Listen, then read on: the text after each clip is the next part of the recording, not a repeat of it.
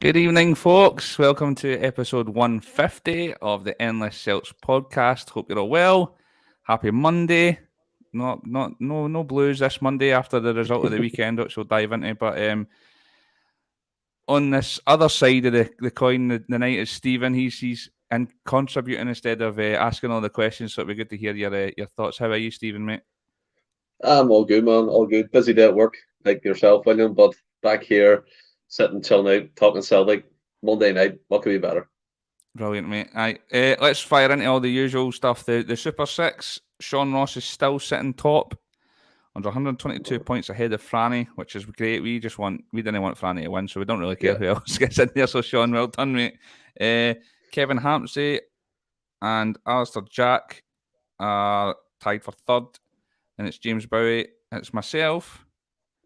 Then Roscoe's climbing up there. Ross is he is. seventh. Jamie McElduff ninth. Kevin Gallagher ninth. Sorry, Jamie McElduff eighth, and Ryan Taylor heading up the top 10.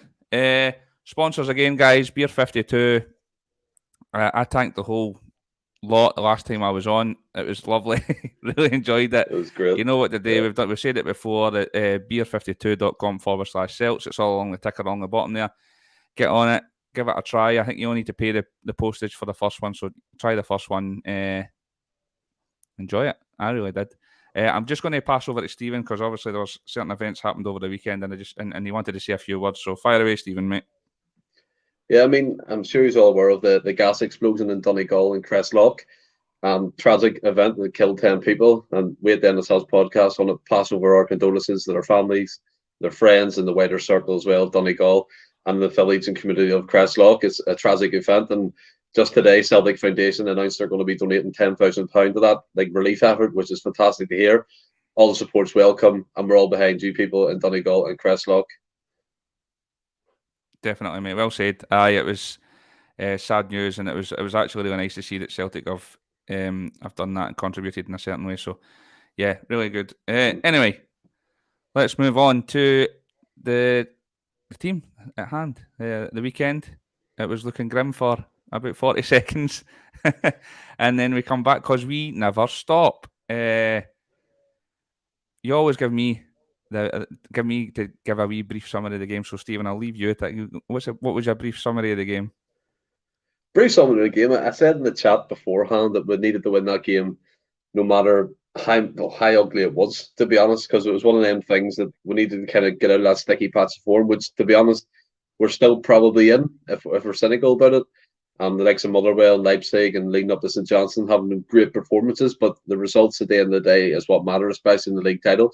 I love the whole Hugh Keevins thing that went on. Oh, That he it's say brilliant, we mate. that he said we imploded, and then a minute later we go up the pitch and we score that goal. I mean, you're right, William. We never stop. We've seen the thing as well at Dingwall when we scored in the 97th minute. Ralston come up with a header. So these games are what we're going to look back on at the end of the season.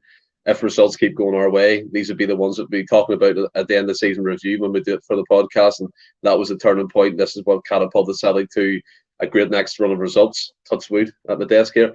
But I mean, in regards to the performance itself, it was sticky at patches, a lot of changes, trying to find that fluid movement, players interchanging, getting used to each other. It was good to see Carter Vickers back. I know you're going to touch on him being captain, which I thought was a surprise choice. Yeah, But overall, a team performance, a sticky win. We'll take it at the minute.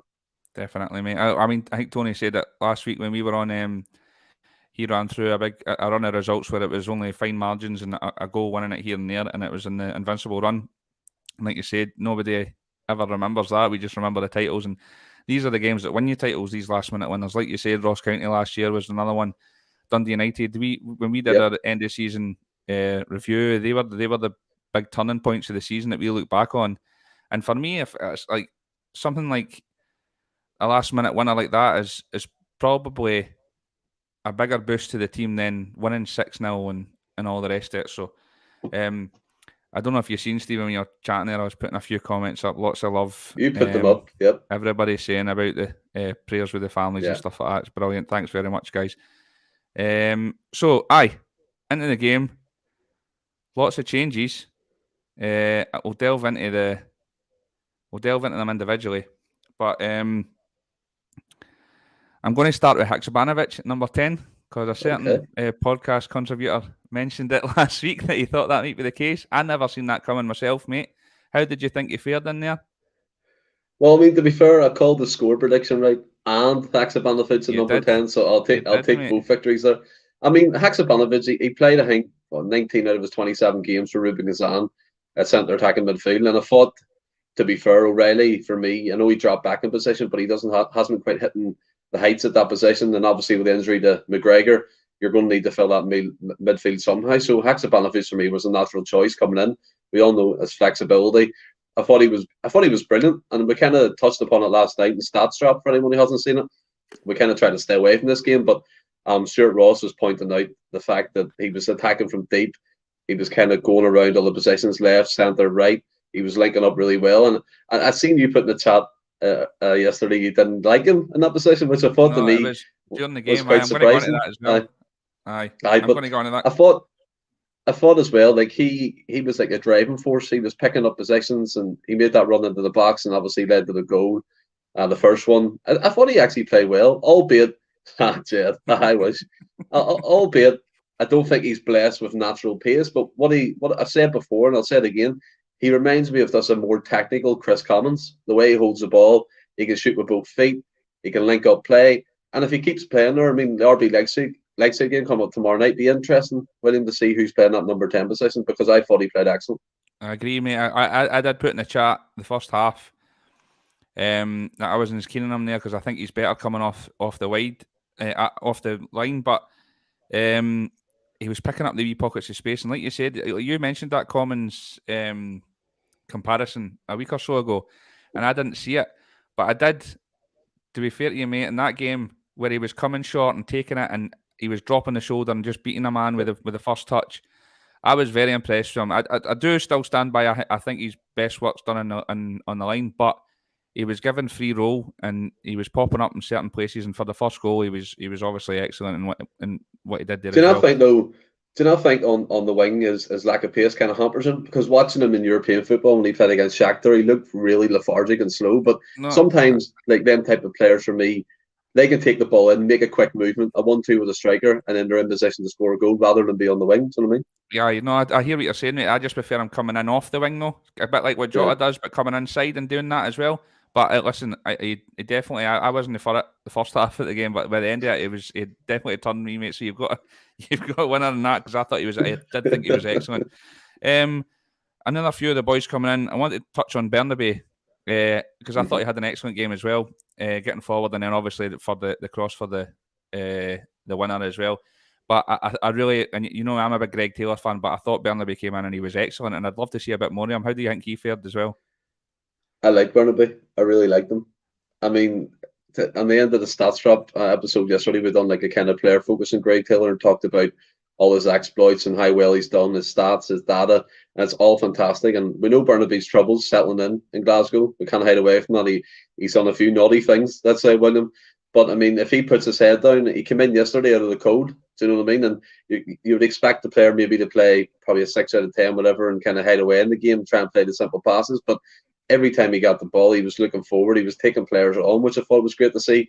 He was getting to the byline. He was whipping balls in, and he was coming into the inverted fullback role really well. And what's more pleasing to me to see as well, it's not as if he's been on the training ground huffing that he's not getting the game. He's learning, and you can see that throughout that whole game yesterday. And McDermott Park, regardless if it's an easy venue for Celtic in the past, this is now. Do you know what I mean? We haven't been in a great run of form and sticky pats, and he's come in and he was a really bright spark for me against Johnson. I thought when he at the end of the game, even though he's probably out on his feet, to get that final bit to kind of whip that ball in, and Giakoumakis come in at the front post and nick the goal at the end was fantastic. And I think Greg Taylor has a competition in his hands here because we all thought that's another great point by Podrick, left wing back. If we're going to a back three as well, maybe in European football you could exploit that and kind of change formation and tweak it a bit. But for the performance yesterday, just in that back four, and like beside the likes of Welsh and do you know what I mean, kind of keep that in check. I thought he played really, really well. I was really impressed. Yeah, I think he's excellent going forward, and he's got a great crossing on when we signed him. That was the he was meant to be great at set pieces, and he had a good crossing on him. And I think in games like that, especially domestically where we have a lot of the ball, I think he's going to really excel. Do you think in Europe that Greg Taylor's still the shoe-in because he's a bit more solid defensively, or do you see us going forward that Burnaby might be getting a chance? Or Well, I think in Europe we could possibly play Burnaby higher up and put Greg Taylor behind him, because I think really? Burnaby has great pace. I can see that he has a bit of skill. And for me, if I know it's a wild card here, thought and imagination from myself, but if Yada's injured and you're looking for that work rate up and down the left hand side, Burnaby made on the right, there's plenty of work rate there. And I know he's played there before for his club in Argentina, coming for the ranks for the international club as well. He's very versatile up and down the left hand side. As Podrick said, he's played part of a wing back kind of role, kind of moving up further into the midfield. So it'd be interesting. I mean, if you're looking to shut up shop and kind of bring him into play, Burnaby could play ahead of Taylor. But in European football at the moment, I think Greg Taylor gets the nod. You can't drop him. I mean, I know he was out yesterday for a rest, I believe. I think Greg Taylor's solid, and I know there's plenty of people pointed to the fact that Leipzig's wingers exploited him for his weakness of being short and not being tall, and he was getting dragged around. But again, like when you kind of calm down about that, you can look at that while that's happening. Greg Taylor hasn't been exposed to that level of football. Yep. We're coming through relatively unscathed from the domestic league, so there is an up kind of trajectory for Greg Taylor, and playing for Scotland is going to benefit him as well, playing more games on that level.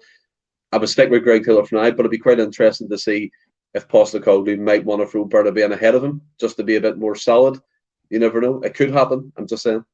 I think I would like to see a bit more of him domestically. Definitely, I thought he looked excellent, and it's an interesting point you make about him playing left wing, because I never thought about it, because we've got so many wingers. Sometimes I feel like with the style we don't get enough width, because these guys like to float about and come in the middle a bit more, and I know that's what the wing backs are for. So it's an interesting point. But I'm going to come on to next. Tony Ralston. I thought he had another excellent game. I think every time he's came in, he's been superb. But there's been shouts about Juranovic not being at his best recently, and Ralston maybe coming in. And we were touching on it before that the stats drop, guys. I know Stephen's mentioned it a few times. If you get a chance, go back and watch it, because it's great. It's great viewing. It's really interesting for me. There was a lot of, and this is why I love about our podcast and the personal debate and the opinions, because Ralston, I think the chat on it was, I don't want to give too much away, but the stats, it looked like Ralston was pipping Juranovic. But people were still in agreement that Juranovic should play. I just think it's really interesting. So if you get a chance, go and watch it.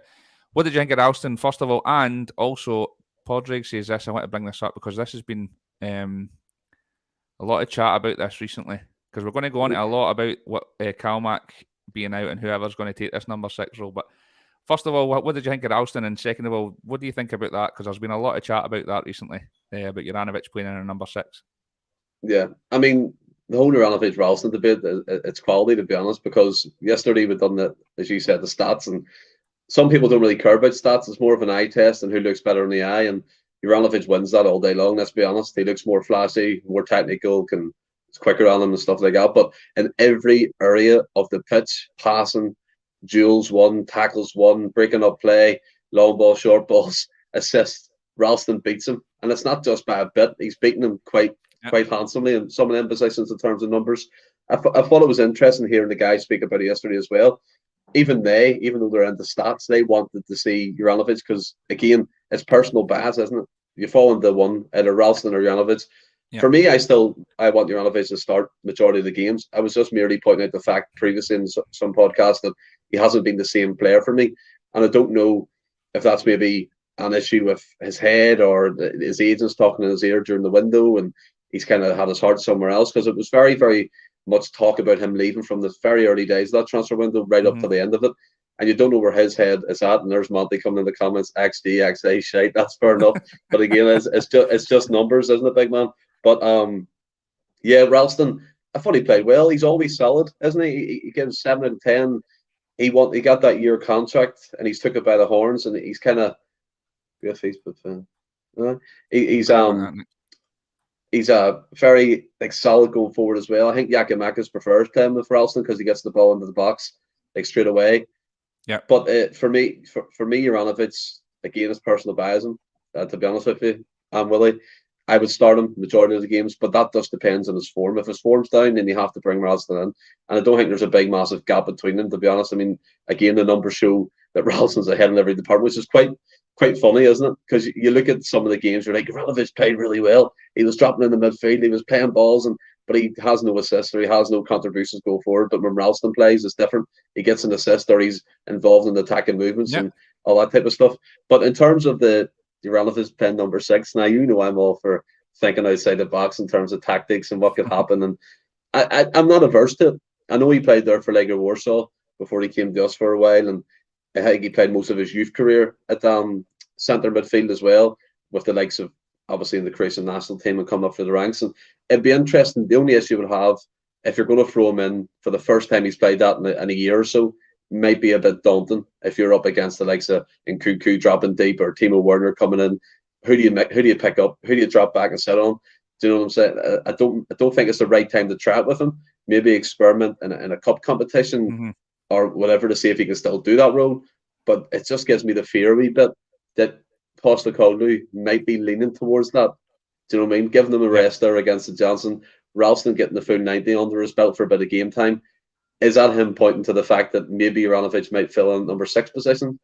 You know Postecoglou's mind. He's all over the show. Like, aye, I know. And see, for me, even a wee bit like even when you were saying about Bernabe there, and I know it's just another thought, but for me, it feels like everybody's trying to put round holes and square pegs. You know, I get like we talked about the other season there with Lennon and that as well, where it was like playing players where we've got at least 2 players in each position. We've all been talking about how good our squad is.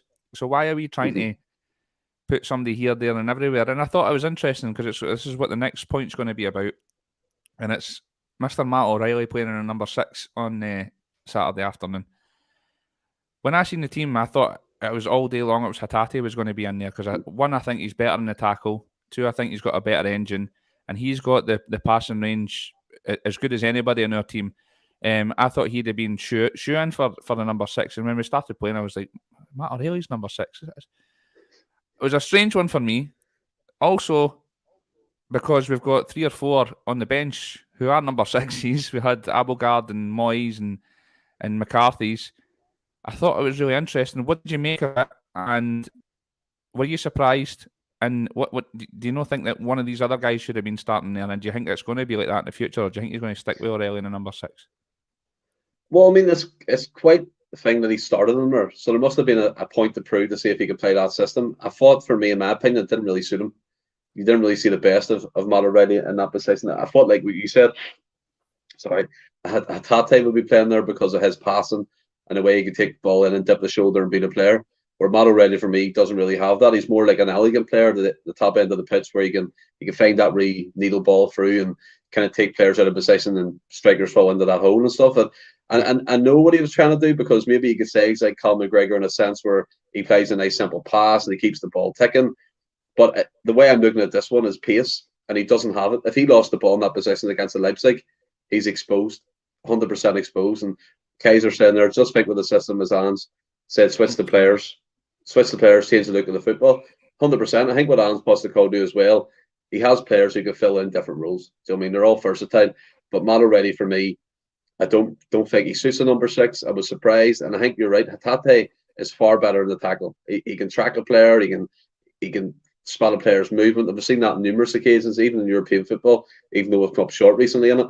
But I mean, would you be confident getting into that RB Leipzig game with already at 6? I just no, not for me. No, I didn't like him in there against St Johnstone. I didn't want him in there. It's a strange one for me. I can see what he was trying to do, because he wanted to get Haksabanovic in there, and playing a number 10. So, but it was a strange one for me, especially like I say, when you've got Abelgard and you. I mean, you guys were all saying on Friday that Abelgard was in the presser with Ange, so he's assured to start on Saturday, and then he's on the bench. And I thought he looked pretty assured when he came on.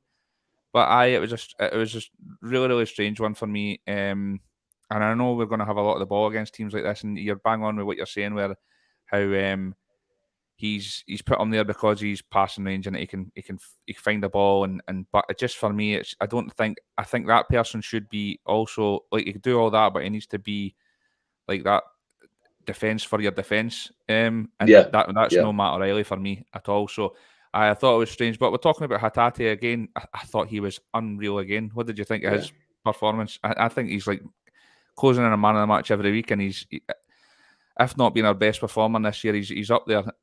What did you think? I, I think Atate's took his game to another level. I mean, a lot of players in the team have maybe dropped a level or two in terms of what they can produce in recent weeks, but Atate's just going and going and going. Out of the Japanese, Hatate was over the pitch on Saturday, was got 100%. I think the team was quite happy. St Johnstone that he went off, you know what I mean? But in terms of him again, it's like out of our Japanese players, you're expecting to say Kyogo or Daisen Mieta would be the best, but he's been by head and shoulders for me the best player out of that contingent this season, and even possibly the team. And I think when we started the season, we all predicted maybe Atate would be around the awards and Player of the Year and all that type of stuff. And his goal against Motherwell was fantastic. And the way, what I love about him as well, the way he drives into space. He doesn't hold off and wait on the ball. He drives into space and he wants it in all these awkward positions, whether it's the left or the right.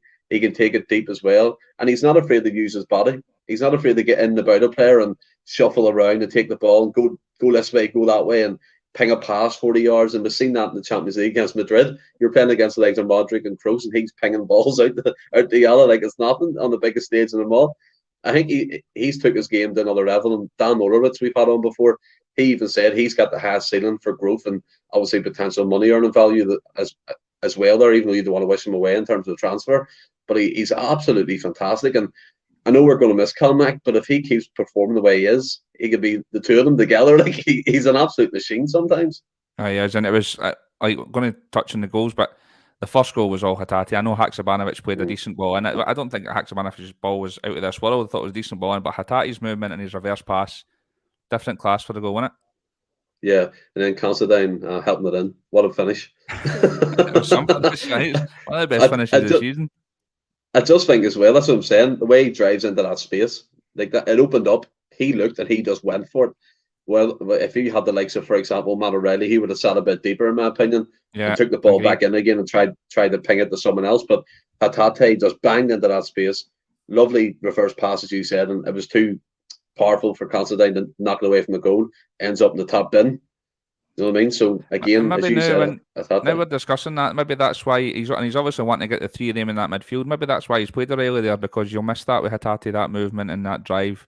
Like you said, I think O'Reilly's one that kind of sits more at the edge of the box rather than driving in. And I think maybe he's thought he'll miss that if Hatate plays number 6, so that's why he's played there. Maybe. But if you do that, then like the consequence for me of that is, if you're playing against the Leipzig and they win the ball in our box, in their box, O'Reilly for me he's not gonna track back. So I know he sits deep, but in the tackle he's pretty much zero. So effectively, if someone breaks on us, you're going to have them up against our defence with one pass. That's the only issue for me with O'Reilly playing there. I know what happened with McGregor and the team against Leipzig away at Germany and stuff, but that would happen on a bigger scale for me if you have O'Reilly, because he'll push high up. His natural instinct is to push high.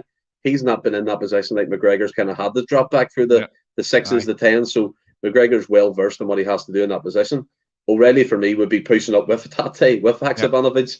And then if Leipzig get the ball again on the counter, they'll kill us. And we'll have 4 players back, and it'll be the exact same kind of routine and script that we always see in European football when it comes to that. That's my only issue there. I know what you're saying, but there has to be a way around that. There really does. I agree. I don't think. I think you need to be playing one of the boys that were on the bench in that number 6. I think you just need to stop trying to squeeze everybody that's and put everybody in the position that they do well. Let them do it well. I think we would get slaughtered if we played O'Reilly number 6. And I mean the first goal against Leipzig there, it was Calmac getting forward and taking a bad touch, and then we're left a bit open. And I think we need a wee bit more protection in there. So for me, O'Reilly can't play there. But so just touching on that, number 6, who would be your go-to? Because obviously Calmac's going to be out for the foreseeable till after the World Cup. We're hearing. Your number 6, is it going to be one of the guys that started at the weekend, or is it Abelgard, or your favourite James McCarthy, or your other favourite Aaron Moy? I see what you're doing, but I think as well, like Moy and McCarthy for me, they're not fit enough to start a game. I know people will point to the fact that it's trained, and McCarthy's been there nearly 2 years now, so he's well first. I just think his legs have gone, even though he played a pivotal role in that second goal for us, kind of breaking up the play and playing in Burnaby.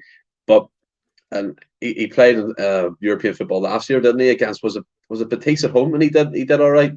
He started that game. Remember all the rotation, and he came in. And he done all right. Like, but I just think for legs, you're going to have Abelgard in, purely for the physical presence. So the fact as well, he came into that game against Leipzig not knowing, like, do you know what I mean? He was not match fit. He was rusty. He hadn't played in like 6 months for Ruben Kazan, obviously due to what's going on in that situation. But he broke up the play. He headed balls away. He was on the edge of the box defending. Help. He was basically turned into a third centre half at some stages of that game. And then after what was that one? Put that one back up if you can find it again. Daniel. After the drive, the termination of McCarthy. Jesus. I mean, I could play 3 minutes and look determined and ready to break up playing Burnaby. I just think McCarthy for me, it's just my opinion, and I'm kind of stuck in it now. That I think he's not going to have a Celtic career, and he should have been shipped out in the transfer window. It has to be Abelgard. You bring him in from Ruben Kazan, albeit in a weird kind of deal, a 1 year deal compulsory thing from Ruben Kazan. He has to play, and then you can play the likes of Hatate for legs and O'Reilly as well. Maybe even as well, William, a double pivot, 2 centre midfielders holding, so you could play Hatate and Abelgard there and O'Reilly in front, or you could do it vice versa. O'Reilly kind of in that free roam position beside Abelgard and Hatate as the number 10. So there is plenty of alternatives, and I was scratching my head thinking, could you throw McCarthy in? No, and then Monty disagrees, Stephen. Look, see, Juranovic, people are clamoring for Juranovic to come into that position. Again, I just think it's a bit, if you're throwing him in there for the first time, do you know what I mean? It's one of them ones, if he doesn't deal with it, then you're going to criticise Postecoglou for only doing that in European football, exposing him. Egyptian King. McCarthy does have good spells, like the way he helped us out Gigi go, but half the time, he's hiding, like 100%. I'd love his job. See, sitting on the bench and getting about 15 grand a week, give me that any day. I'd be happy to turn up the train and puke up on the pitch, 100%. But I think, like, for me, Abelgard, I know it was a long-winded rant there, but Abelgard. I think so. He's been the man that's been brought in to play that position. I think Moy was probably brought in to do what he's been doing and just steady the ship 20 minutes left of the game. McCarthy, I'm the exact same as you when he first came in. I thought it was the strangest deal we could have made at his age and his injury, his previous, to give him that length of contract, and he's not. Like, I can understand if it was like a Moy and he's came in on a 1 year deal or whatever, and he's that's what he's done. He's come in to play the last 20 minutes per game that he has been doing. I can understand it, but that long contract, it's a strange one. Although I must say, I was impressed by him when he did come on. I thought he looked a bit more up for it at the weekend there, and it's obviously his challenge that's won won us the ball back for Bernabei to go in. So, but for me, it's Abelgard as well. I don't think there's a lot of clamour in the chat I was putting up there when you were ranting, Stephen, that Hatate is number 6 and playing Haksabanovic in the 10 and playing O'Reilly as a number 8 rather than what we played on Saturday. There's a wee bit of clamour for that. There's a lot of chat about Juranovic as well. I think as well, like for me, it's a risk. Now, McGranda comes in, could James Forrest come on at some stage? He did okay on Saturday. You know my opinion on that. Yeah, you know my opinion on that. He belongs in the bench, and I love James Forrest, but he's not starting this game, not a chance. But I know you were saying there about Haksabanovic. I have one issue with that as well. If, for example, we're on the back foot, you're losing a man there again for the tackle. You can't afford to be carrying 2 or 3 players who don't kind of track back. Monty agrees with McGranda there 100%. But you can't afford to. There's another one. Scott Howe coming in agreeing with McGranda. He can call it if he wants, he knows that. But I mean, like, what was I going to say? Shit. Haksabanovic, yeah, in the 10. My only issue is with that, if you start him, again, if you have already in there, 2 players automatically won't track back, in my opinion. So you're losing legs, you're losing kind of the determination, the grit. So it has to be one or the other. It can't be, in my opinion, it can't be both. I totally agree. I said the same in the league game there. He's obviously tried to squeeze the 2 of them in. I think if you're playing the number 10, it needs to be either O'Reilly or Haksabanovic, or play Haksabanovic out wide. I don't think you play the 2 of them in the midfield. I totally agree with you about coming back the way as well. That's why I love Hatate as a number 8, because he does the lot. He gets back and he's got an engine on him and he tackles and all the rest of it. I don't see O'Reilly doing that in the number 8. So I definitely agree with you there. Let's go to the goal conceded. It was coming. To be fair, St Johnstone had a clamber of chances at the time, and you're sitting with your head in your hands going, "Ah, Jesus." And Joe Hart's had a bit of stick recently, but he pulled off very good save, it must be said, to Stevie May when he was through. I think he actually tipped onto the post. So what about the goal that we conceded? Another set piece. You're ranting about this. Is Gavin Strachan non-set? Is he a set piece? He's a set piece man now, or is it attacking set pieces he's on? Anyway, another set piece. Do you think there's more we could have done about it? Anybody at fault? What was your thoughts on the goal we conceded? He must be wearing a blindfold if he's a defensive coach for set pieces, because we're woeful at defending set pieces. I know we've only conceded 5 in the league. It was funny seeing that stat today because, again, there was the Hugh Keevins one was like we imploded, and someone put up the tweet as putting up the league table and like highlighting how many goals we conceded.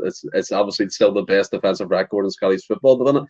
But I think as well, the set pieces has always been our Achilles heel, and that goes through the likes of O'Neill, up to Strachan, the Mowbray, the Lenny, the Rogers, Lenny the second time round, and I, Postecoglou. It's an issue that we've had for years, and me and my grand always like have a lump in our throats when we concede a free kick or a corner kick, because you can kind of tell what's coming. The defence again for me was at 6s and 7s, and I do not know how, for the grace of me, that your man Mitchell had time to control that ball and to slot it past Joe Hart. Like he brung it down like he was a world class forward, like he would like to see Haaland do for Man City, and he had the composure to just put it past Joe Hart in the bottom left hand corner. It was a good finish. It was a good set piece goal by them, and you're right to point out the fact as well. Joe Hart made a cracking save from Stevie May. He was through. Welsh again for me got caught onto the ball, brung up Carter Vickers out of position because they're trying to keep that defensive line. Stevie May breaks it, and the next minute he's 1-on-1, and you're going, please God no. Yeah. And just Joe Hart again. I've only criticised him when I think he's made a mistake, but I'll praise him when he made a fantastic save, and he really did. He tipped it onto the post, and it kept us in the game. We were at 6s and 7s at that time, and I still think that for me is a concern. We shouldn't be going to these places having them periods of times where we're nearly conceding goals left, right, and centre. I know the big part of it was Carter Vickers was just back, and again Welsh is playing, and we don't have our first choice centre half pairing. But we should have enough at the top end of the pitch to finish off these games. Do you know what I mean? It's an issue that does frighten me a bit, and I know we kind of came away, obviously. Do you think with this whole set piece issue, right, and just to throw a wee spanner in the works, because we're so dominant and we've got the majority of the ball, the chances for opposition teams are few and far between domestically in the league. So I would reckon most teams come out and they say that our best chance is set pieces. So do you think it looks worse because it's going to be set pieces more often than not because we dominate so much of the ball, so they don't have much hit in open play? Or do you just think we're shit at set pieces and we need to address it? We're shit at set pieces. 100%. I thought you'd say that. I know. Like it's the old cliche. It's the old whole Tony Pulis and Stoke argument in the Premier League, isn't it? Their best result through a set piece, the players they have in the box and tall players and all that. But Monty, wee dick. But I think as well. Like you have to look at it from the point of view of Celtic. Like if people could start to defend against us and work out how we play, we can surely defend a set piece. We've got Carter Vickers in there. Speaking of set pieces, we need to do more with ours. Had to for catching dangerous places. 100%. That again is a big issue. We're so wasteful when it comes to opportunities. And I think sometimes I do get the whole quick corner routine, but sometimes just whip that ball into the box, let the centre half get up and get their head on it. You know, that sometimes it infuriates me, all that kind of banging in, banging out again, because we need to kind of keep it, get it into the box and see if we can take advantage of us and free kicks too. But the set piece issue, how do you do it? How do you fix it? It's one of them ones that hasn't been fixed in like 20 years, so it doesn't look good from that sort of angle. I totally agree with Danielle about us in an attacking sense. I think we should, and you're right, a lot of the time it's these quick free kicks, so it maybe doesn't, or quick corners, so it doesn't look as much. But when you've got the likes of GG in that box, you need to get it in there. I was screaming at half time in the group chat. I said at half time, if you there's not enough service to the big man. If you get him service, he'll get you the goals, and in the end he did. I think that was evident. I think that was evident in the frustration when he punched the advertising boards, because he was frustrated with the lack of service, and he's up there making the runs, and he's playing in the box as a striker, as a poacher. No one's whipping the ball in. It's all behind him to play. He needs it whipped in like Ralston does. And 9 times out of 10, it's always checking back, playing a pass again, playing a pass this way, instead of just getting GG involved and getting him scoring goals like he does best. I can't remember another time where we actually did get the ball in the box like that. And when we did, he got his goal. But here's another point. It's a wee bit further back up, but we keep forgetting about this guy. What about this guy in the number 6? I really hope. I thought he looked decent in pre-season. Everybody's just forgotten about him. He's not even getting on the bench now. I don't know what's going on there, because when you talked about when these Japanese players came in, I remember this guy being touted more than most, saying that he's a top player, and if anything coming in, it looked like Hatate wasn't he was going to be the one. Gucci's nowhere to be seen. Strange one. I really hope that Ideguchi gets one more chance. I really hope, because I think there's a player there. And what was seen of him, that injury against Alloa seems to have messed him up against Fergus's team. He's not come back quite the same. He keeps getting niggling injuries, and he's out of that. And Egyptian King, another point there, he's not available for the Champions League squad, which is a shame. Maybe European football might suit him better. But it is a strange one. I thought he was decent. I thought he looked good on the ball. He could even break play up and attack as well, and hit a shot from 30 yards, which was quite good to see. It's a weird one that he can't get past the likes of McCarthy and the likes of McCarthy and Moy, and that's a great point by Jeff, 100%. Yeah. But if you can't get past McCarthy and Moy at the moment, then is the writing on the wall, because they're not great. And I think Ideguchi has potential, but it's a strange situation he finds himself in. The strange thing about it for me as well, he's for what I've seen for Abelgard, I know it's not much. Excuse me.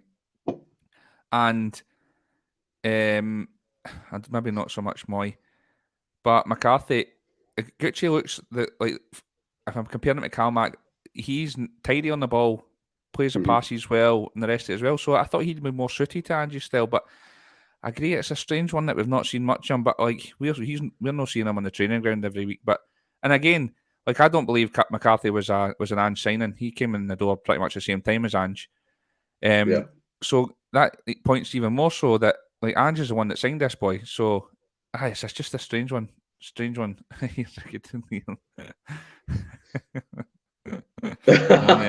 Marvin Conquer, what a guy. So anyway, let's move on a wee bit further again. So what I want to touch on before we talk about the winner as well, you kind of touched on it at the start there, we're going to talk about it, is CCV got made captain on his return. Joe Hart, as far as I was aware, is their vice captain, and he played. Very, very strange one. What does that say about Joe Hart? Do you think that was... I did get his post-match comment midweek. Do you think he's lost a wee bit of faith in him, or what do you think? Why do you think CCV got put in there when... To be fair, I don't think Andrew's ever came out and said Joe Hart's my vice captain. Yeah. But he's always had that, and I'm pretty sure when Calmac went off, Joe Hart took it as well, although CCV wasn't on the pitch. I thought it was a bit of a strange one. What did you think about it? Well, I mean, when you have Ranovich coming out calling Joe Hart our second leader, then vice captain he is then, isn't he? Because if he's getting called that by the players, then he must be something in the dressing room. I thought it was quite surprising. Carter Vickers coming back and I seen the C symbol beside his name. I was like, what? Is that a misprint? No, you have to look at it again. I wouldn't really read too much into it in terms of the sense maybe it's a dig at his post-match comments. If it was a dig and Ange Postecoglou was angry at him, I think he'd be dropped out of the team and Seagrass would have got the game, to be honest. I think Postecoglou wouldn't take that shit. I know. That's true. Yeah, I know as well. With that comment, he angered a lot of people, including myself. I felt like he was throwing Postecoglou under the bus a bit. I still think it was petty. It was stupid. I mean, he should have got rid of the ball in that game. He's got years of experience down in England, playing as the England number one for numerous caps. I think it was 72 he got, playing in World Cups. Don't tell me he's never kicked the ball long when he shouldn't have. Absolute nonsense coming from his mouth that he shouldn't have said. If it was a dig at him, fair enough. And if Joe Hart's took it well, fair enough. Let's move on. They're men, they're grown up, they're adults. But Carter Vickers, again, for me, he doesn't look like a captain. I have to be honest. He doesn't look like. I know we said this about Calmac. I would rather have Greg Taylor wear the armband. To be honest, I think Cameron Carter-Vickers seems to be more like a selfish point of view for his game and like concentrating himself instead of concentrating on the team. That's my kind of take on him. I know Greg Taylor was rested. It'd be interesting to see he's going to be captain against Leipzig. That might change the game. But yeah, it was a strange one all round. There was a few players that maybe could have got it. Ralston could have got it in terms of that, but Cameron Carter-Vickers, I don't know. It doesn't really fill me full of inspiration. I love Vickers as a player, as a captain. I don't think he is one. That's just my opinion. Because there's players who are just not natural leaders, and I don't think Carter-Vickers is to a certain extent. But yeah, strange one all round. Did that come into your mind? I totally agree, mate. Joe Hart's our vice captain all day long. I think he's done wonderful since he's came here. Never mind what he's like. I understand he's getting a bit of a tough time for what he's doing on the pitch. I don't see it. I know he's made it was a horrendous mistake midweek. Like, granted, he put his hands up. I know there was in the comments it was like a bit more about blaming the gaffer rather than. But he came out in front of the camera for me. I thought I don't see many people doing that. And his leadership skills have been second to none since he joined us. So for me, he should be captain. That's why I thought it was a strange one. That's why I asked if it was what's been going on recently that was in the gaffer's mind. But I didn't understand it. And again, I agree with you, CCV. I'm no Monty's disagreeing.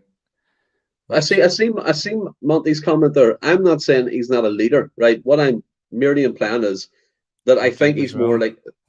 I think he's more of a guy who would rather concentrate on his own game and bring his levels up in terms of what he can perform rather than look at the team as a whole.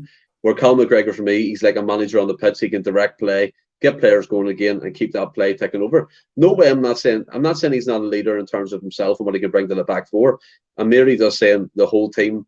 I just don't think he himself, I'm probably sounding stupid here, Willie, but he himself would want to be that captain. I think Joe Hart was a shoe-in. It was a bit strange that he wasn't captain. Do you know what I mean? I'm not. We're not saying he's not a leader. I agree with you, mate, but I just think there's several people in there that would be ahead of him for me as captain, and Joe Hart's definitely at the top of that. A wee bit more. CCV was massive since he came back, though. Did you see a big difference in the team with him coming back in?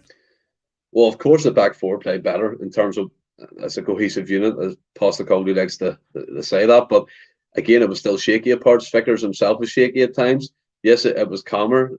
Welsh had someone to bounce off and listen to if he was told instructions, blah, blah, blah. It's always going to be better with your best centre half back. 100%. He could be playing on one leg, and that defence would still be better than it was against Leipzig and Motherwell as well to a certain extent. But yeah, it was great having him back, and I think the full 90 minutes would have done him the world of good, kind of building himself back up to match day levels for this game coming up. I think he needed a 90 to go into Tuesday's game, didn't he? Let's just go into the winner. We thought we were down and out again, but this team, like I said at the very beginning, the gaffer always says we never stop. Be honest, when we equalised, did you think we could go off and get a winner? And also, what did you think of the winner? Bernabei's ball was brilliant, and Gigi's just unbelievable at that. And also, like I said, I think moments like that give you a boost. I fucking screamed the house down. The dogs were trying to bite me. The rain ran through shouting, like, "Are you all right, Dad?" And I was just screaming. You would never get that for a 6-0 win. I just think it's, again, we talked about it last year. There was a couple of turning points. We're going to come on to the run of form shortly, but I just think that it's something that could give us a wee boost, and I couldn't have timed it any better for Tuesday, because it went from doom and gloom and thinking, oh my God, because I don't think, like, I think we're getting a bit. Well, we'll talk about the run of form afterwards, but I think we're getting a bit of stick when I don't think it's very well deserved. But when another result like that goes in, you start to think, fuck, I start to think I'm on this podcast every week defending the run of form, and now we've dropped them their points. Stephen's going to give me it tight, and then that goal just changes everything again. What was your thoughts? I mean, you're more worried about my comments in the chat, aren't you? Coming into you after them results, I think that's what you're more worried about. But I was watching my granda, my wee brother, and my granny, and to be fair, when that goal they scored, we kind of fell into a stunned silence. Just, I don't know, it was just kind of one of them ones you didn't know what to say. You could cut the tension with a knife, to be honest. And there was a lot of emotion as well involved in that. But again, I think someone else pointed it out on another show as well. Celtic pissed around with the ball for a while after the kickoff, and you're going to yourself, please get the ball up the pitch. Just please get it up the pitch. And then you think it's done when Burnaby loses the ball, but then McCarthy comes back into that equation, wins it back again, and then the St Johnstone player falls with a sore foot because the ball hit off it. He just kind of claps to the ground. Don't know if he had a bet on or something, but what's that? If you're top of the league, yeah, aye, well, I like that, Patrick. But I mean, the Burnaby, it was about determination, wasn't it? The end. McCarthy came through, played that nice ball into him, was laid on the plate. He just whipped it in first time. It couldn't end up anywhere. Do you know what I mean? And just, I don't know, just thankfully it was whipped in perfect. And Jack and Magus, that interview he done was fantastic, by the way.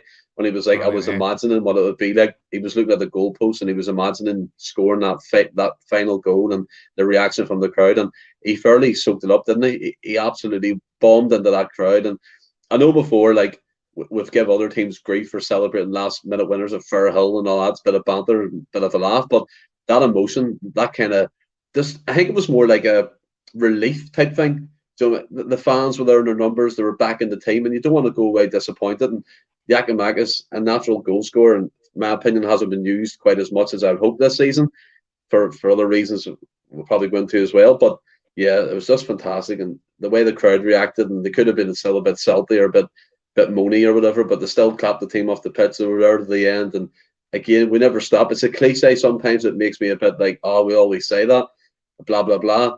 But yeah, it's one that Celtic stand by all the time, and they get the job done. And as I said in the chat at the start of the game, it didn't matter how we got that victory. 3 points was the most important thing.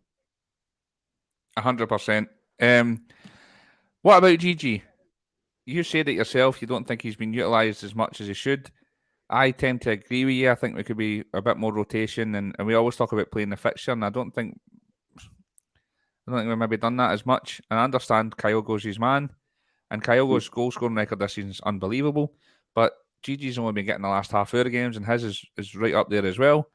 And I just love his rapport with the fans, like you said. Obviously the celebrations, but it seems like after every game, he's always. I know the whole team does, but you can just tell he just loves being here and loves the fans. And I think more so than and domestically, I think a lot of people are saying in the chat as well about how he's definitely needed in Europe. I tend to agree. I think we could be doing with possibly starting him on Tuesday anyway. Mm-hmm. I don't think he will, because Kyogo, I think there was a reason Kyogo stayed on the bench the whole game. Because I think he wants the minutes on Tuesday. But just a wee touch on GG as like what he's done since he's came here. He's an absolute. We talk about him being more clinical. He's as clinical as they come. He scores with his first touch, one touch every time he gets a goal. And his rapport with the fans and how important he is, and how hard they worked during the game. You said it yourself. He wasn't getting the support that he was needing, but it doesn't matter. You could go for being in the paper and getting a 5 out of 10 by doing what he did and ending up with an 8 out of 10. Yeah, I think as well, like Giakoumakis, in terms of starts, I think it's 18 starts and 16 goals in terms of overall starts for Celtic, and that's fantastic. And I get what you're saying about Kyogo. I get what you're saying about Kyogo's goal scoring being unbelievable, but I think it's 7 and 8 at the moment in this season, which is a great return, obviously, but he hasn't been playing well, Willie. For me, he hasn't been at his best. And it's natural instinct to go in behind and take players on to find them little pockets. He done that against Leipzig, which is him at his best, finding Jota for that goal. But in other games, as you rightly pointed out in European football and domestically, when we're trying to ping a ball long, there's no focal point there to hold it up. And Giakoumakis is perfect for that situation. He bullies centre halves. He gets in about them. And not only that, he is quite quick. He can move. He can actually move a bit, which was surprising to see when he gets going. And do you know what I mean? He has a bit of technical ability, although his first touch is a bit dodgy at times. I must say, I never seen the game on Saturday. I was golfing in a team event. Was on the last tee when I seen St Johnstone score. It was raging in the portrait. And then I got my ball and scored. GG scored. But yeah, I think GG needs to be used more. I think he needs to start more games, and it'd be the only natural for him to get frustrated. Because if it was me and I had a record with 18 starts and 16 goals, I'd be going, Why am I not playing? Why am I not getting on? Why am I getting on the last 20 minutes when I need to get up to speed? It takes about 10 minutes and then the game's over. I want him starting more. And I love Kyogo. Don't get me wrong. I think he's fantastic. We all love Kyogo. But in European football, on the occasion he goes missing, domestically for me as well, he hasn't had the greatest of games. Yes, his goal scoring return is fantastic, but he has again only popped up in vital moments, and yeah, vital moments, blah blah blah, wins the games. But I mean, overall, hasn't really been there. Giakoumakis deserves a chance, and I would throw him in against Leipzig, not only because Leipzig have played against Kyogo, so they know what they expect, but just to give them something to worry about. Throw the big man up top for 60 minutes, like Postecoglou likes to do. Yep. Then take him off if you want, and bring Kyogo on for the tired legs and try and exploit that type of weakness or whatever. Because their centre halves are quick, and I think they were saying last night in the stats drop, they're fourth overall in the Bundesliga for like types of possession won and quickness over 10 yards, all that type of stuff. So they have the pace to deal with Kyogo. Maybe if you throw in a physical presence and you have Maeda close to him, or Jota, or if he's back from his fatigue injury, Willie, maybe he will play well and win the flick-ons and that. But yeah, he needs to be used more. And I wouldn't be surprised if it gets to a point, I need that doom and gloom here, he gets a bit frustrated, and do you know what I mean? He's every right to. I would be frustrated. Fair enough, mate. I think you make great points here. This is my point with Kyogo. It's going to sound like it's negative, Yeah. but it's not. I do feel like he's not the. I don't think Kyogo's a fantastic finisher, which is ridiculous because of the amount of goals he scores. But sometimes I think when he's got a bit of time and he snatches at chances and stuff, I don't think the big man does that. He's shown that he's an absolute born finisher. Lots of debate and disagreement By the in way, the chat. Willie, Mm-hmm. would it be adverse to say maybe we could try Kyogo on the wing again? Well, that's what I was going to come to you next because Padraig Post has been saying this. I think he said that. Forgive me if it's not him, but somebody said as well that it's not. It was Padraig again. It's no French Eddie up front, so give Kyogo a go on the left again. Would you be adverse to that? I think it's a good idea. I think what I seen of Kyogo playing in them YouTube clips when we signed him and stuff, all the excitement, he played a lot of games for that Japanese club coming from the left-hand side. A lot of goals he scored were coming from that position, him and Iniesta. Obviously, Iniesta, world class and all that, but coming from that position, running in, getting in behind it. Like what a Scott Sinclair would have done, kind of going between the left back and the centre half and make that the kind of angled run. A lot of goals Kyogo scored in Japan were like that. So, yeah, he was free in against Rangers and he didn't quite make it do well in that position. But again, Padraig was right to point out. Edouard was up front and he couldn't have given two flying shits that day. He was just looking his move down to England and he got it, I think, a couple of days after. So why couldn't you try that? Why couldn't you play them closer together and see what happens? Yes, people may say it may tweak the way we play, but I tell you one thing. One thing about Kyogo, when he gives a ball, he moves. He gives it, he moves. He doesn't stand still. And just maybe, if he's playing on the left-hand side with a Burnaby or a Taylor linking up, and he moves in position, they're going to find him. And he will score goals. He's a natural goal scorer as well. Maybe not as clinical as Giakoumakis, I'll take that point on board, but have your goal scorers on the pitch. Do you know what I mean?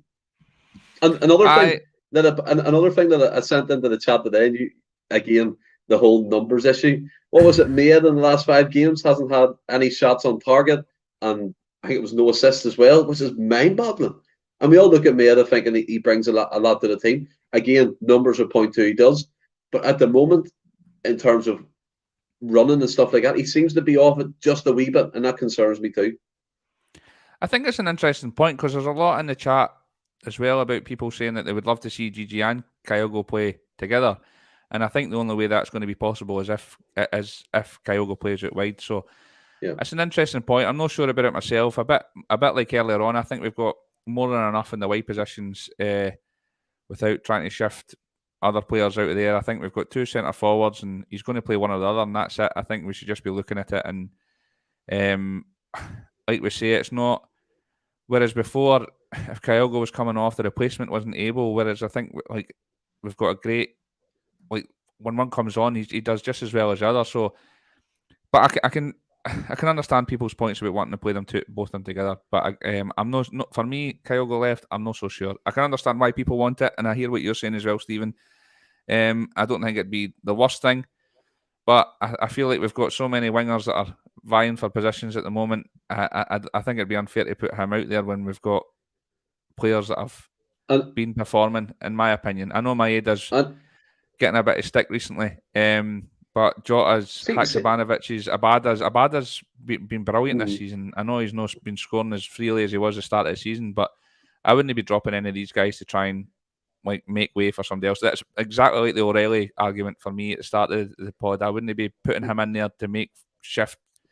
I'd be putting somebody that's the number 6 in, and that's just me. Willie, Aye. would you be averse to trying Kyogo at number 10? Yeah, probably. Coming from deep? I totally understand what you're saying as well, though, because I can see it. I know I wouldn't. I just wouldn't. I can, and like him in the press there would be great.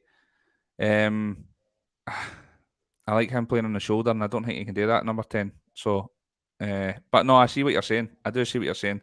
But aye, we're sitting debating all this, and you've talked about Maeda. Does that mean you think we're on a bad run of form here? Because I know we touched on it last week, and the comments were kind of saying, and I think you guys kind of touched on it on Friday as well. Friday night there was a bit.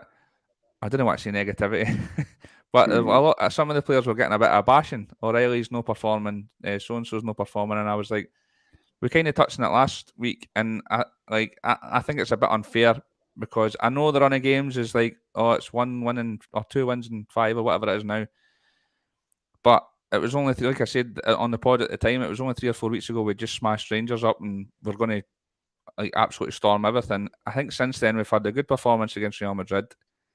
Not good enough. It was good performance for 45 minutes, 60 minutes.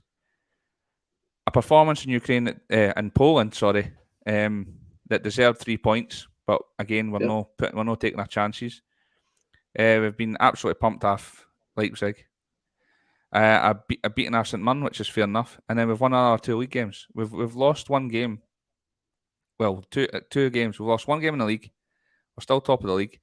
We've lost a game in Europe, 2 games in Europe, which we were outclassed at the end, and we probably should have got 3 points in another. And it just seems like it's all panic stations and bad run of form, and I don't see it. How do you see it? Do you think it is a bad run of form? Do you think we should be expecting more, considering where we were? And I don't want to say this, trust the process. A couple of years ago, we were terrible and all the rest of it, but yeah, you do. The state we were in a year ago compared to now, like in Lennon's tenure at the end, if you gave us this, we'd have been screaming for it. That was a bad run of form when Lennon hadn't won in fucking however many in the league and that. For me, I think we're doing just fine. We could go on a run of smashing teams up again for the next 3 or 4 weeks and go into the World Cup and everybody will be rosy again. I just think it's a bit harsh. But what do you think? Do you think it's well deserved, the criticism of some of the players and the team at the moment? Yeah. I mean, should we be expecting better? 100%. We're Celtic Football Club. We should always be expecting better, Willie. 100% get what you're saying in terms of a couple weeks ago or 4 weeks ago, whatever it was. We made Rangers look easy. 100. Yeah, we did. Yeah. But the time moves on. We can't live in past results. And again, it baffles me why some people, not saying you, Willie, but some people are afraid to call out the absolute obvious, right? You were saying it there throughout your segment in terms of our results. One thing that stood out to me quite clearly was not clinical enough, which points to me the attackers haven't been on form, right? See, you look at that. Matt O'Reilly, we called out on Friday. He hasn't been great the last couple of games. I think anyone can see that. But we all respect what O'Reilly's done. He's come from MK Dons. His careers went up. There's Premier League clubs looking at him. He has 100% all the ability in the world to be a fantastic footballer. And I hope he continues doing that with Celtic. You call out Maeda. Hasn't done nothing in 5 games. I literally showed you the picture of what I was talking about. You called out Kyogo, whether or not his goal scoring form was great beforehand. It hasn't been up to scratch recently in terms of what he can produce. Yeah, there's flashes and glimpses, but again, it's not consistent enough. You talked about the RB Leipzig game. That for me was a game we should have went into full of confidence, regardless of what's happened to them in the last 2 weeks under their new manager. It's a transition process they're in. And why couldn't have we took advantage of that like teams did against us last season under Postecoglou? That's what I was trying to get my point across saying. Because when a team's in transition, we can see how easy it is for it to break apart once something goes wrong. Like we had that bad run of form at the beginning of last season when Hearts and stuff beat us. You look at the centre halves, I think it was right to call out Welsh in the end. that weren't particularly great in the games they played together. And then you go to Joe Hart, he made some mistakes. So yeah, I think it's right that they call out the players, Willie, and I think it's right to say we're not the bad run of form because we're still winning games, quite evidently, but we're in a sticky patch. A sticky patch of form for me is different. We're not finding the gears that we could find previously in the last couple of games before getting into the Champions League and things like that. And maybe just, for example, the Champions League came as a bit of a culture shock, and the players have took a while to get used to it. It's maybe knocked their confidence a tiny bit, not being taking them chances and maybe not thinking they're good enough for that level, kind of a seed of doubt in their own heads. And Frank Kennedy, ever since we played Shakhtar, when we dominated and didn't take our chances, has affected the players' confidence. Yeah, 100% agree with that. I think there is a fact that maybe we're a bit hesitant in front of goal. We're not taking them opportunities. We're trying to find a safer pass more often. And I thought it was great that Postecoglou actually called the players out. Well, kind of go in safety mode and survival, and the only way you can survive a game, and you're not going to like just calling them out for not doing the basic things that he wants them to do to get them through that patch when RB Leipzig were on top of us. We could have done it. In my opinion, I thought they were there to be played through. They were a bit shaky defensively as well, but just unfortunate the hammered is at the end of the day. I think I was right to say, Willie. And then you look at the St Mirren game, absolute shambles. I don't know what else could be said about that. I agree with that, of course. Yeah, our worst performance of the season. And in the Motherwell game, the stats guys were saying that's actually our best performance in terms of XG, expected goals, which was mind-boggling for me because I thought we played absolutely crap. And then we win that game against St Johnstone the ugly way, which sometimes champions need to do. So yeah, overall, maybe not a bad run of form, but a sticky patch definitely. Yeah, that's fair enough, mate. I see. What you were talking about there, how like I were obviously, and I think everybody's screaming the same thing. We're creating the chances. We're just not clinical enough at the moment. Does that worry you, or are you in the mindset that we're making the chances so the goals will come, or do you just does it just worry you? It worries me the longer it goes on, the more the confidence is going to be hit. Because I know Postecoglou says when they're doing that and getting into positions, goals will come, which I do agree with to a certain extent. But if you're creating 10, 12 chances and you're only taking one, the players, for me, it's only natural going to start questioning their own ability and saying, why am I not scoring like we did? And that's where the confidence side of things come. I can see, to be honest, before the World Cup, weeks before the World Cup, we will get a result where it's like, yes, 6-7-0. I can see that happening, 100%. Because once it clicks, again, like a Dundee United, they'll find out the hard way what it is to deal with when Celtic are full flow. And hard Roar comes in. A few players have actually progressed since last season. Maybe for me that's a bit strong, to be honest, but I can see where he's coming from. Players have hit a bad patch themselves personally, but again, that comes back to the fact that we lost our two first choice centre halves. A lot of things, Cal McGregor being injured as well, so there is stuff that kind of going on in the background, what can affect the player's mindset. But the whole clinical thing, for me, it worries me. Like I want the players to click, and I want them to take these opportunities to get their confidence back up to where it was. Because Maeda, he must be feeling it. He must be. He only recently did an interview when he was over doing for Japan, saying he's going to end his goal drought for Celtic, and ever since that, he's been absolutely terrible in the Celtic shirt. So do you know what I mean? He's feeling it himself emotionally and physically as well. And he looks it too. He looks a bit slow and sluggish, which isn't like him. And then you hear the likes of fatigue, and I know Willie, you kind of cracked him. He said it was a sore muscle, whatever it was. But again, if fatigue's setting in this early on in certain players, that's a bad sign, for my opinion. The sooner we get a result where it's 5-6-0, and the sooner the players find them shooting boots and take their opportunities, I think we'll be fine. It's just, when's that going to happen? See, just to fire it back at you about the Maeda situation. Do you not think it's difficult for players, because these guys are like, they're not getting full 90 minutes in any game. They're getting a half, getting 30 minutes coming off the bench. Do you not think it's difficult for them to? Because I think I totally understand what you're saying about this whole 5 games without. But my argument back to that would be, I would be very surprised if he's played 90 minutes in any of the games. And I do agree that Maeda's went off the boil. He's not looked anywhere near the player he was the tail end of last season in the past however many games. Even the tail end of a really, really good run where we were smashing teams and beating Rangers and all the rest of that scurried name. I don't think he's been anywhere near the heights he was last season. But I mean, I just think sometimes our stats get thrown out there and people jump on it too much. When you did that, I went and looked at his stats, and I looked and he said he had 4 assists in 9 games in the league this season. So if you look at that stat, you think, you know what, he's doing all right. I just think sometimes it's, but how you look at certain stats and it gets thrown. But I do agree that he's not on his best run of form. Do you think it's difficult when these guys are trying to get confidence, needing that goal to give them a push? They're only getting 45 minutes, half an hour here and there. Or do you think it's understandable because they're not playing well enough, so they should be getting hooked and somebody else should be getting an opportunity? Well, I mean, it's never really changed. Postecoglou's done that since he came in. I think as well, I could throw that back to you and say, just for example, if Hatate was off form and you're countering me going, do you not think it's because of his game time, etc.? Hatate gets about 60 minutes a game and he averages about 2 or 3 shots and he gets assists. So it can be done. I think Maeda, just personally, on my personal thing, he's just lost a bit of form. We all know there's a player in there, and I see people all the time say, yeah, he's not technically gifted and all that. That's fair enough. But what he offers us, there's no other player in the team that can.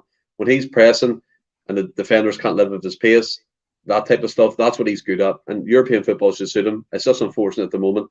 He seems to hit a bad patch. And what's this? Oh, Jesus, Monty, come on, you.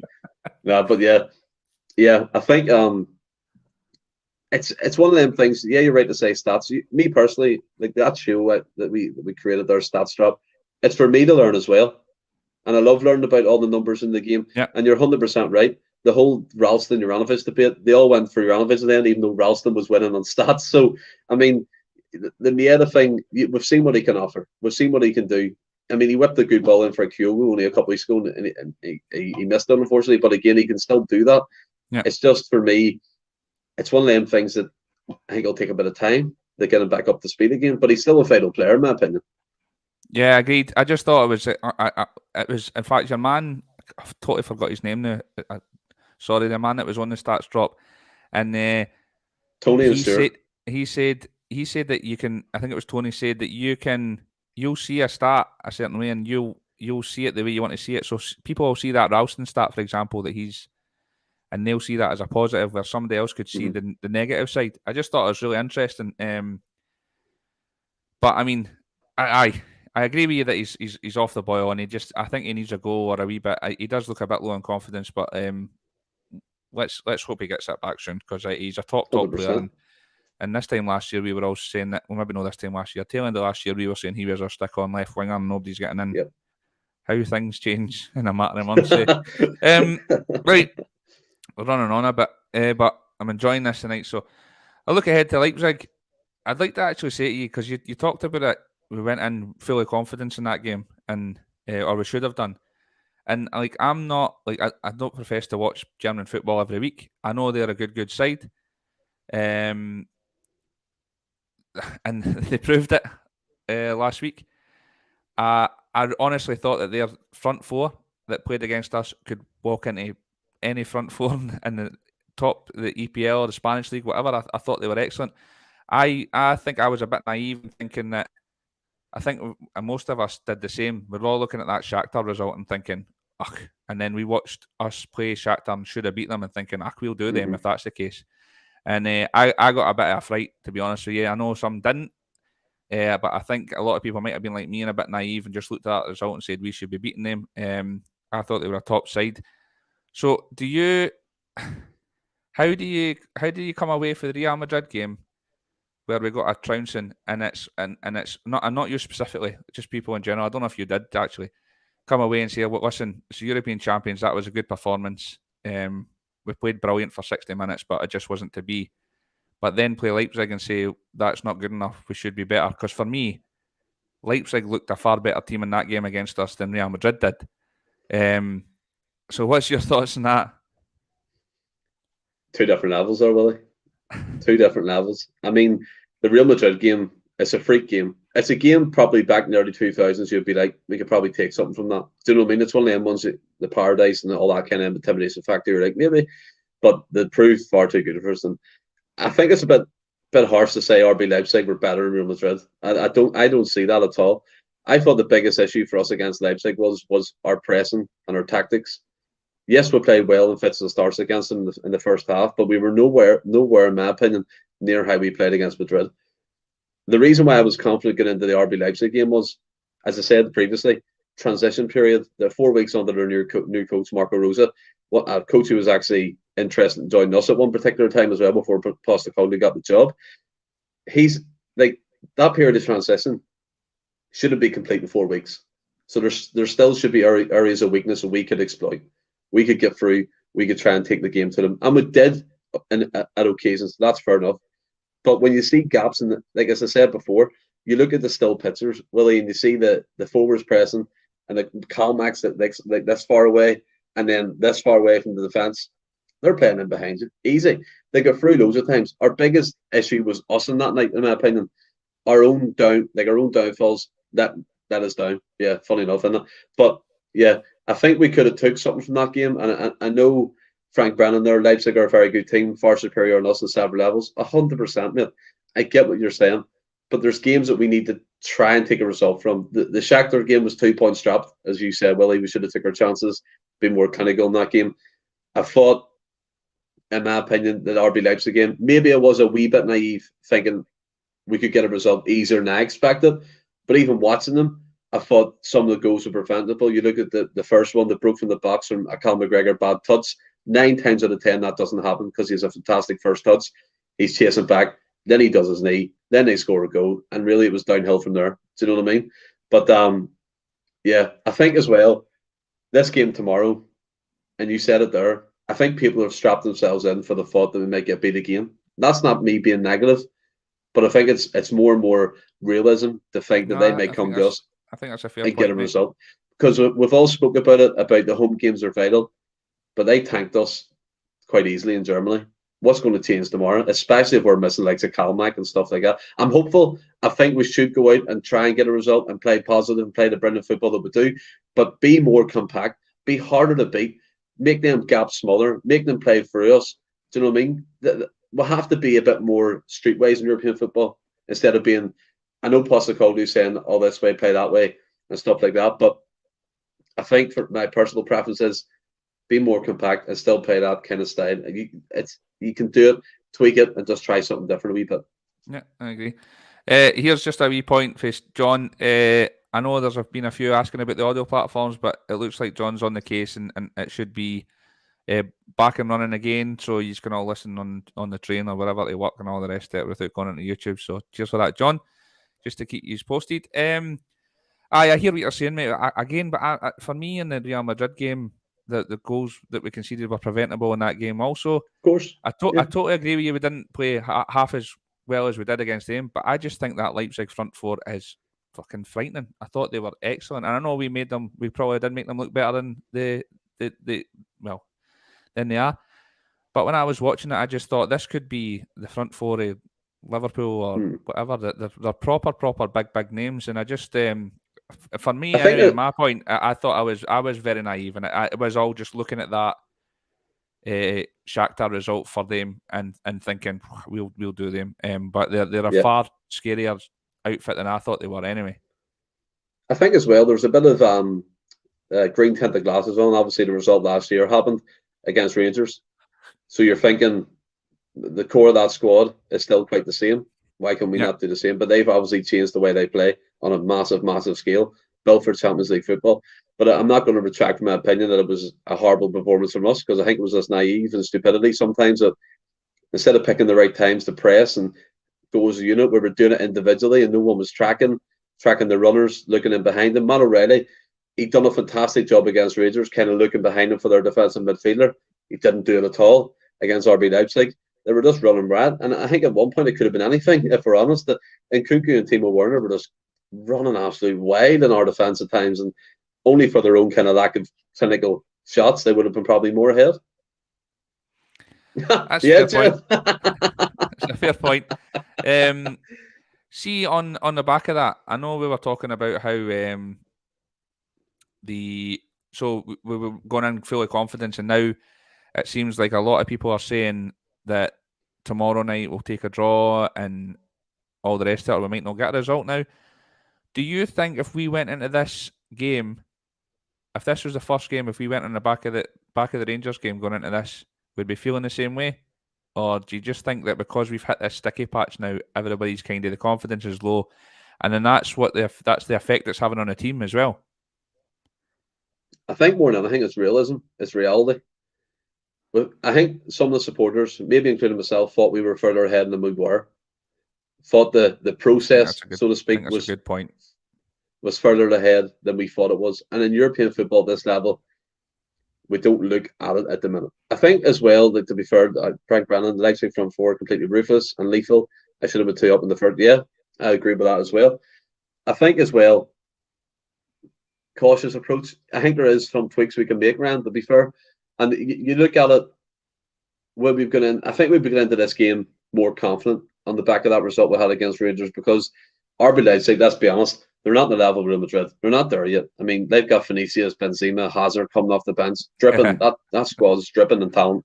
RB Leipzig have a cracking first team, fair enough, but under the underbelly, maybe a bit weaker. But yeah, it's one of them ones, Willie. And I'd be disappointed if we lose tomorrow, I'll be honest. Yeah. I'll be really disappointed. And I know people are. I seen the build up start today from the Celtic Twitter saying Paradise Nights and all that. And I actually seen a funny thing. I can't remember his name. I do forgive me, on Twitter saying, so whose opposition player we're going to clap tomorrow when we're 3-0 down? Do you know what I mean? That's the type of atmosphere Celtic Park is at the moment, and I absolutely hate it. I hate it. I'm not so sure I agree with that. No, mate, you cannot be sitting 3-0 down in a match against any team and clapping them. But you also really see, this is what I was talking about with the whole, you see a certain thing in the stats. If you look at Cross's interview, people take away for that it was like, oh yeah, they respected us as players and clapped us, but nobody talks about when he says the first 20 minutes we didn't know where we were or what we were doing because the atmosphere was that intimidating. Everybody looks at the other side. I don't agree with that at all.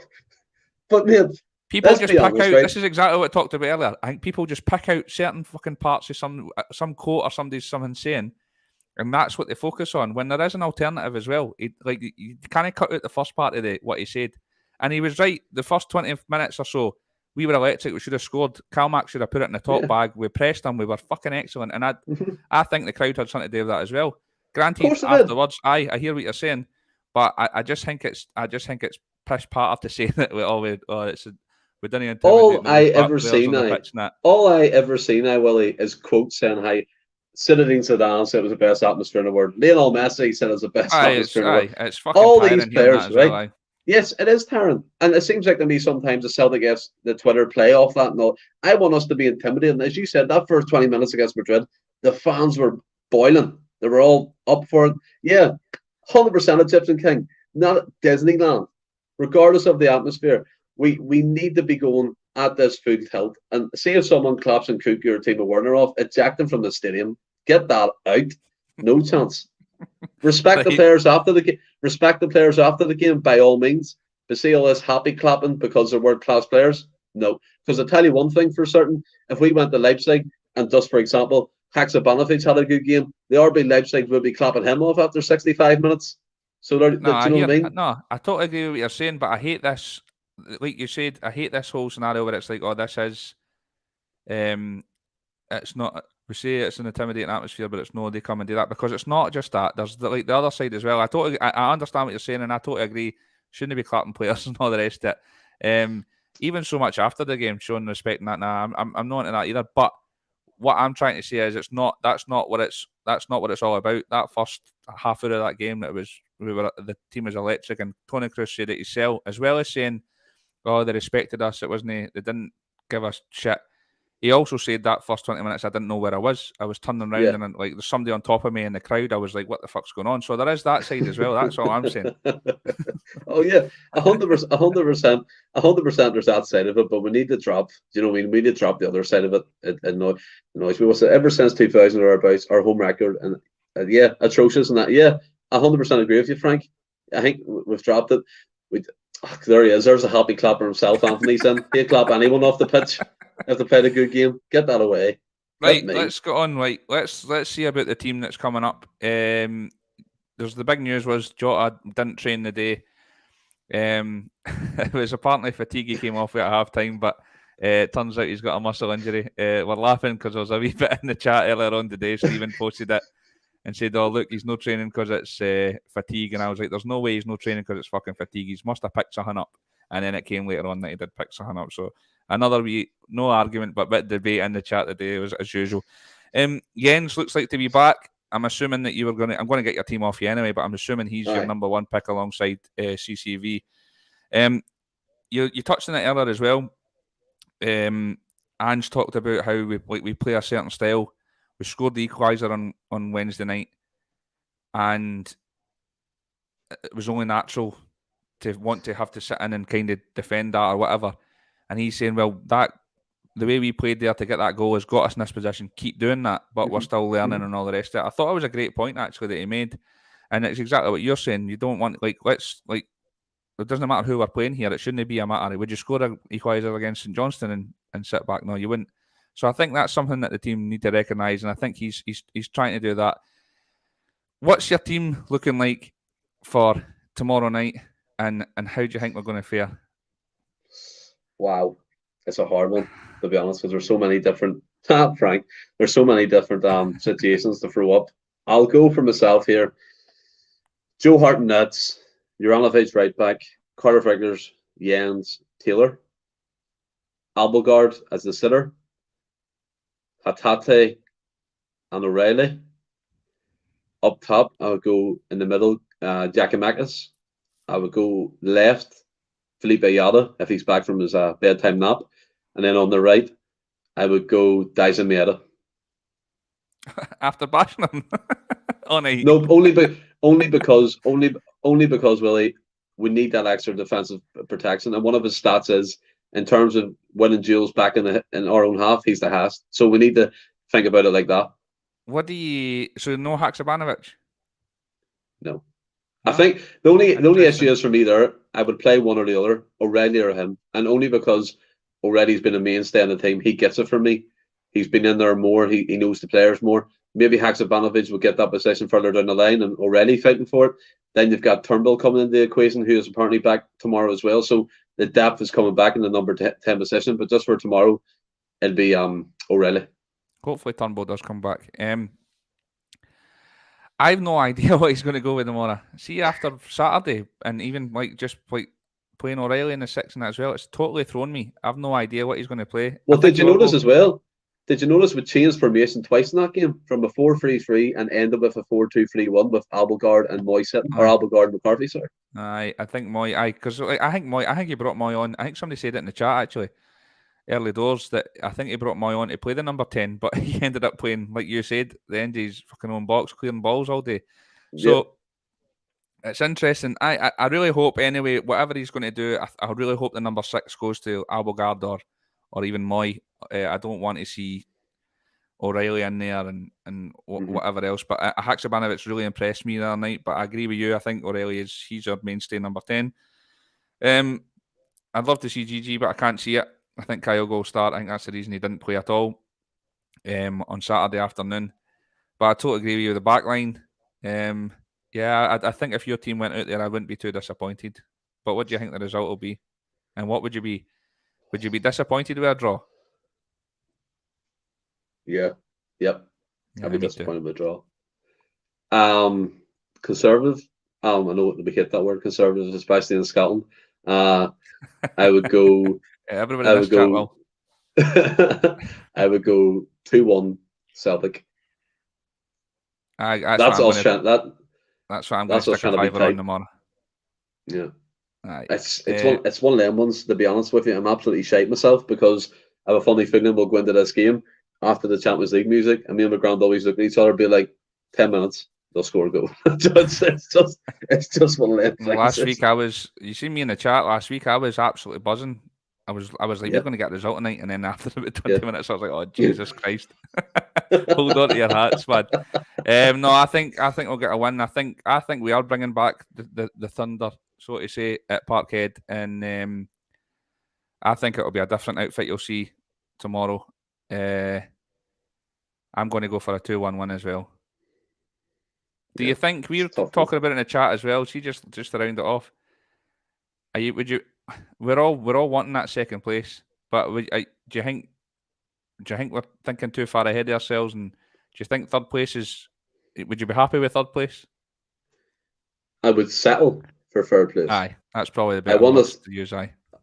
I want us to aim for as long as we can for that second place. I think admitting defeat this early on, even though we've had a couple of bad results, is a bit foolish, because if we click together and there's a few results, especially against Shakhtar, we can get, and who knows, maybe by a fluke of God, a draw at the Bernabeu against Real Madrid. Frank Brennan, like or not, Ryan, the crowd are going to get all fidgety and nervy and edgy if you play a cautious game, as you say. And then on the audible groans for misplaced passes, and then the players will suffer. Yeah, the game plan for me can't change. But what I always suggest is the gaps need to become shorter. So be more compact, go as a unit, attack as a unit, defend as a unit, and that means the striker coming back as well and helping out in some occasions. Do you know what I mean? Instead of leaving two or three up top. I think CCV coming back is massive for us as well. I think that could be the turning point. So fingers crossed. Support them all the way anyway. We've ran on a wee bit. It's usually about an hour, but we've ran on a wee bit more with the chat because me and Stephen love to debate and argue with each other. Yes, but I've really enjoyed it tonight, mate. Super 6 code as usual. Get on it. We need to keep making sure that Franny doesn't win. Beer 52. Remember, get your stuff. It was good. I don't even like coffee, and the coffee flavored one was fucking dynamite as well. It was really good. So it was. Aye. We're going to keep going. The stats drop stuff's great. Really interesting. Totally different to what we kind of do here with the chat that we've got. It's like people that actually kind of know their stuff about football rather than us. It's really interesting, guys. Really, honestly, check that out. There's more coming. We're back again Friday night, the usual time, 8 o'clock. Come on, the Celtic, Stephen. Take 100%. It away. And until Friday, stay well and keep safe. Hail, hail.